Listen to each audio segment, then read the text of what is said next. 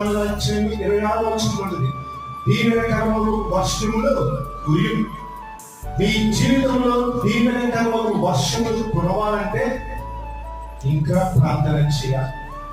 ఇంకా ప్రార్థన చేసినప్పుడు మీ నోటి నిండా ఇంకా నవ్వును దేవుడు కలుగు చేస్తాడు.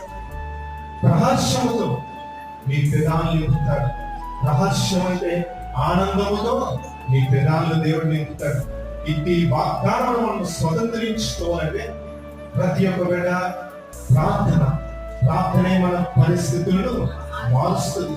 ప్రార్థనే మనకు ఆయుధం. ఇంకా మీ నోటి నిండా నవ్వు కావాలంటే ఈరోజు దేవుడు మనతో మాట్లాడుతున్న మాట ఏమిటంటే ఇంకా ప్రార్థన చేయండి. ఇంకా ఉన్న నవ్వుని దేవుడు ఇంకా అధికము చేస్తాడు. ఈ వాగ్దానం మీ జీవితంలో దేవుడు స్వతంత్రపరచుగాక. ఆమేన్. దేవుడి మాట మన ఇంటిలో